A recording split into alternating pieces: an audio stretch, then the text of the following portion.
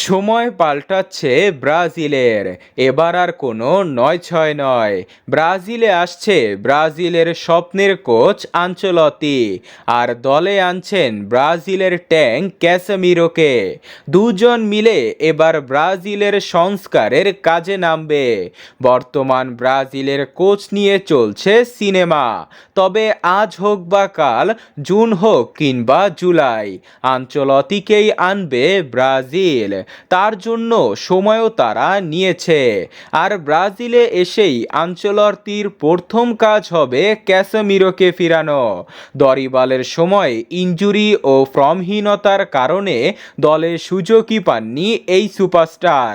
তার জায়গায় এডারসন, জলিংটনদের সুযোগ দেওয়া হলেও তার প্রপার রিপ্লেসমেন্ট পায়নি ব্রাজিল।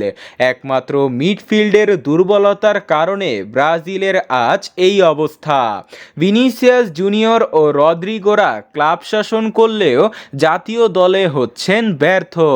তবে তিতের সময় মাঝমাঠের প্রধান কাণ্ডারি ছিলেন এই সুপারস্টার।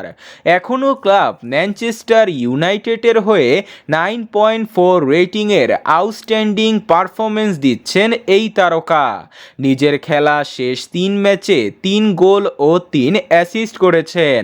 নিজেকে ধীরে ধীরে শেপে আনছেন। আনচেলত্তি চান ব্রাজিলের মিডফিল্ড দিয়ে খেলা সচল করতে, আর মিডফিল্ডের ইঞ্জিন হবে ক্যাসেমিরো।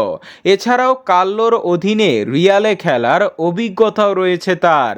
তাই আনচেলত্তির পরিকল্পনার বড় অংশ হতে পারেন এই সুপারস্টার। অ্যাটাকিংয়ে ভিনি, পাশে নেইমার, রাফিনহা ও ক্যাসেমিরো নিয়ে নতুন পুরাণ সংমিশ্রণে শক্তিশালী হবে এবারের ব্রাজিল।